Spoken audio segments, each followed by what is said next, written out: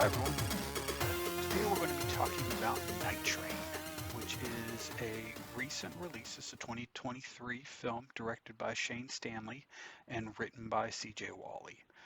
There is a review on Letterboxd which says it's like a Lifetime movie, or it's like Lifetime made a Fast and Furious movie. This is really a perfect encapsulation of the film. The movie is about a single mother, played by Danielle C. Ryan, trying to make ends meet and dealing with a chronically ill son. Um, she agrees to use her souped up dually truck called Night Train to help run illegally imported medical supplies.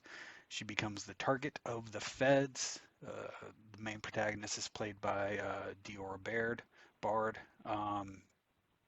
She's kind of our second lead of the film. This film co-stars Paul Hapanimi. I don't know how to say his name, I apologize.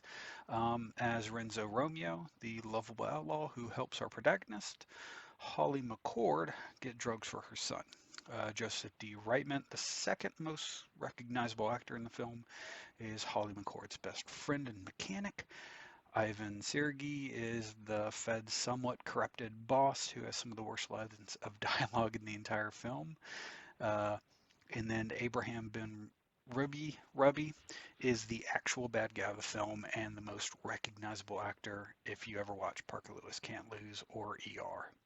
It does a poor job of actually even introducing the two main characters. They're both attractive blonde women, and so it wasn't until about 15 minutes into the movie that I realized there were two leads. The music in the film feels like it's from a bad comic book movie in the mid 2000s. It's this real generic hard rock. There's even some bordering on rap rock in it. It's just not good. The editing and cinematography in the film seek to actively suck out what little energy was actually captured on screen.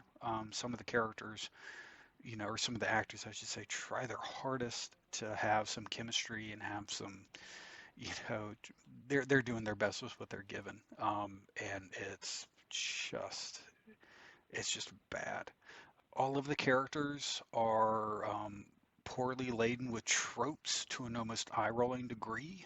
The main Fed lady, whose name is Jalen Jackson, um, somebody liked alliteration when they were naming their characters. Um, she's an alcoholic slut, and I mean that's the character. And this is all because she saw stuff when she was serving in the military. It's it's so poor, so poorly executed.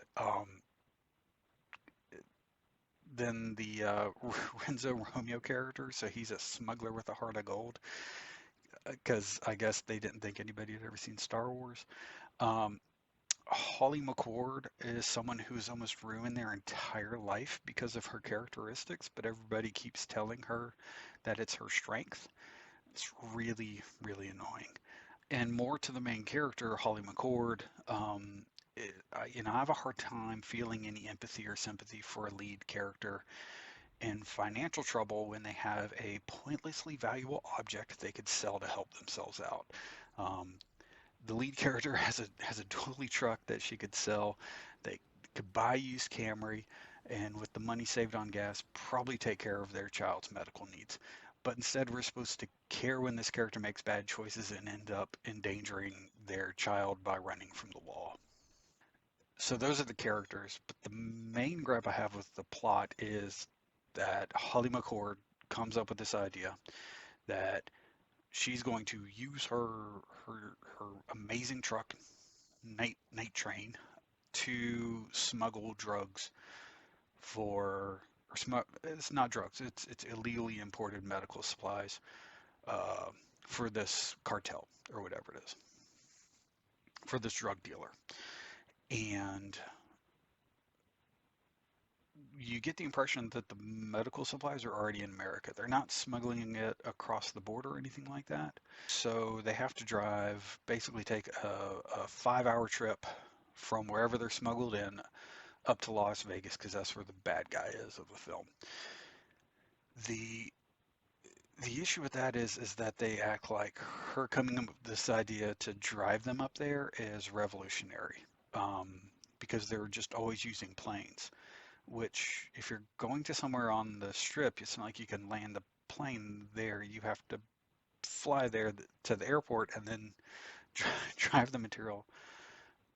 So there's no real reason why what she's doing is amazing. Um, Apparently, she takes a 5 hour trip and makes it 3 hours. Not entirely impressive. Um, Her idea is entirely superfluous. They could call DHL, which I'm sure they would be happy to have any work now. Other main issue I have with this movie is that the poster is actually a lie. The main character actively does not hold a gun. There are no explosions I recall. There's no helicopter chase. There's no police marked SUVs that ever chase anyone. I think the only police chase is a pretty standard state trooper cruiser. Um, but the director, writer, and actress made a movie in 2022 called Double Threat, and there's a screenshot from this movie on poster right here. I got this from the IMDb photos, which is obviously what they used for the Night Train poster. And there's two Night Train posters I could find, but the main one that you see whenever you go to Rotten Tomatoes, IMDb, Letterboxd, it's this copied screenshot from this other movie. It's just a total lie, total marketing lie. The film currently has a 3.4 out of 10 on IMDb. It has no critic reviews on Rotten Tomatoes, but it does have an audience score of 0 on that site.